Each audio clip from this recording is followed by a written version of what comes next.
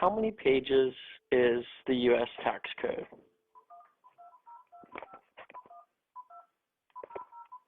How many pages the stimulus bill is? No, the tax code. Tax code? A lot. I don't know off the top of my head.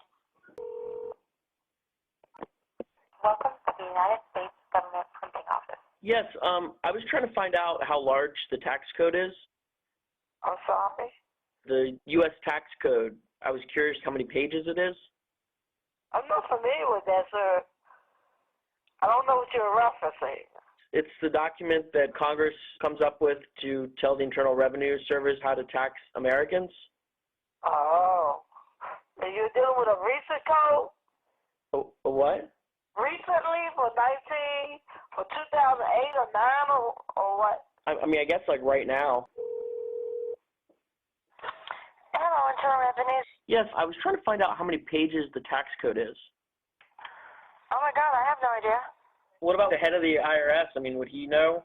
Well, I'm sure he would, but you probably won't get through him. So it's kind of like sensitive information that can't be... No, it's not sensitive. It's just that none of us know. We have no way of telling you how many pages are in the tax code. We're looking at volumes and volumes and volumes and volumes. The only thing I can say is maybe your library would have that information because we don't have it on our computer.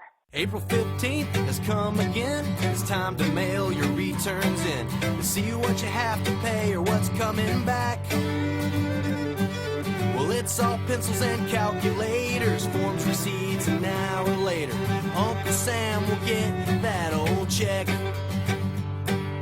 Will it be enough to pay for all the stuff we got today? Today we're not the same as we once were. Wars and roads and education, everything that makes a nation can't be paid for with a broken code. We gotta fix the system or go home. Gotta fix the system or go home. We'll cut taxes down or raise them high. Either way, the flag will fly. That's the mess that we're dealing with. Fair is flat, and flat is fair. Uncle Sam's down to his underwear while everyone preaches their new plan. Well, I don't care if you wrote a book or you think Congress is full of crooks. That don't change a thing for Uncle Sam. Gotta fix the system or go home. Gotta fix the system or go home.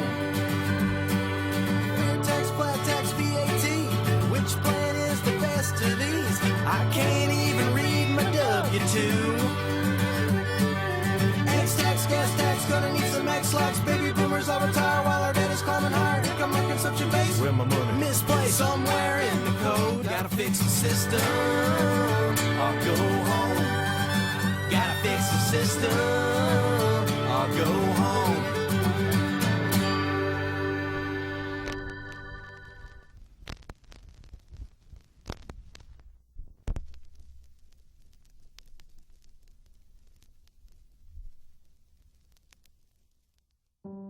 The problem with taxes in a democracy is that taxes are complicated and tedious and unpleasant. People don't want to talk about them, they don't want to read about them, they want to complain about them, but actually learning something about them is no fun for anybody. And yet they are so important to the way the government works, to the way the economy functions. We can't afford to not pay attention to what kind of taxes we have. Ships of an alien source are approaching from the sky. Radio contact has been attempted but cannot be established. Instructions are to prepare for an attack by an unknown enemy. The one obligation that every citizen has is to pay their taxes, and there's 175 million taxpayers who interact in the tax system. So that's the one thing that the federal government has that everybody has a stake in. There's not an American breathing today that's not affected by the tax code. It affects his or her job. It affects whether or not you can afford to buy a car, whether your job's going to still be there next year. Everything a person in this country does is affected by the tax code. I will succeed in creating a perfect being.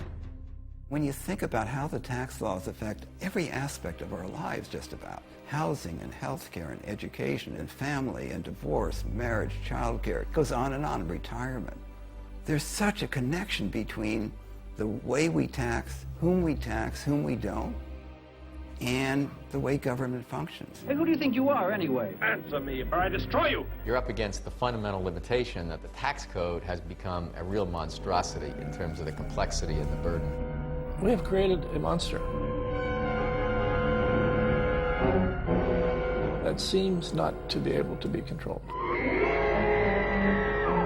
You add in all the crazy political action committees, and everybody has an agenda, and the lobbyists, and, you have a mess. In the last 20 years, I think we've amended the thing 14,000 times, added 3 million new words. Even those who would like to make it efficient and make it work, it's still a monster. Nobody understands it. Every time you add a new provision, and there's been 14,000 new ones in the last 20 years, you have to put something in a form to cover that. The average American spends, I think, 57 hours working on their taxes. Many of them hire accountants because it's become so horribly complicated. Perhaps the first question you should ask yourself is, do I really enjoy doing figures? If you have a distaste for mathematics, it is not the work for you. It is so complicated, you have no idea whether or not you've done it right or not. Taxes, budgets, paperwork, pollution. There's just no getting around it.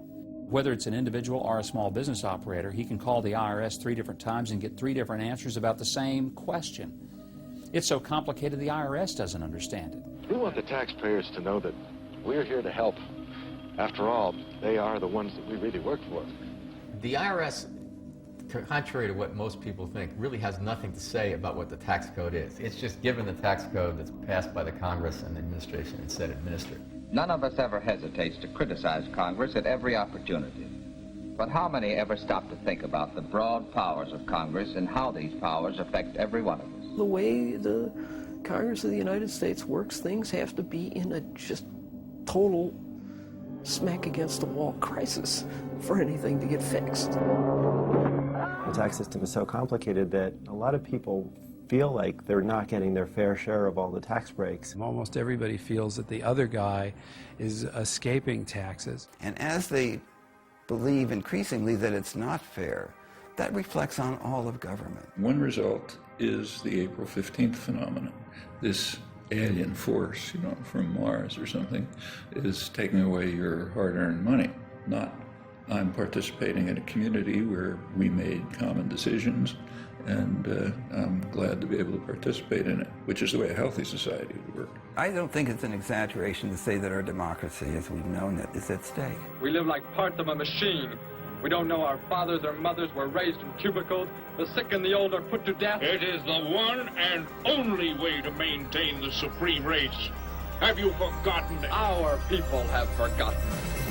They have been made to forget. If we believe that we ought to have federal assistance for not just hurricanes and floods, but highways and our court system and police on the street and our education system and our health system and the Food and Drug Administration, if we want a Securities and Exchange Commission, if we want a Federal Trade Commission, if we want to have the things that we've grown used to, which may be excessive now. I mean, some of them may be and others we want to look at. But if we want government, federal government, to look after the public in lots of ways because society is so complicated, we will not be able to afford that. The current tax system just isn't up to that challenge. We're going to need an efficient way of raising revenue, and one that is fair and that people perceive to be fair. We face problems in this country right now, fiscal problems over the long term that are so serious that we should all fear for the safety of our children down the road. Americans cannot ignore that. They're going to have to just cowboy up and deal with this nasty, boring, tedious topic because it's just too important to ignore.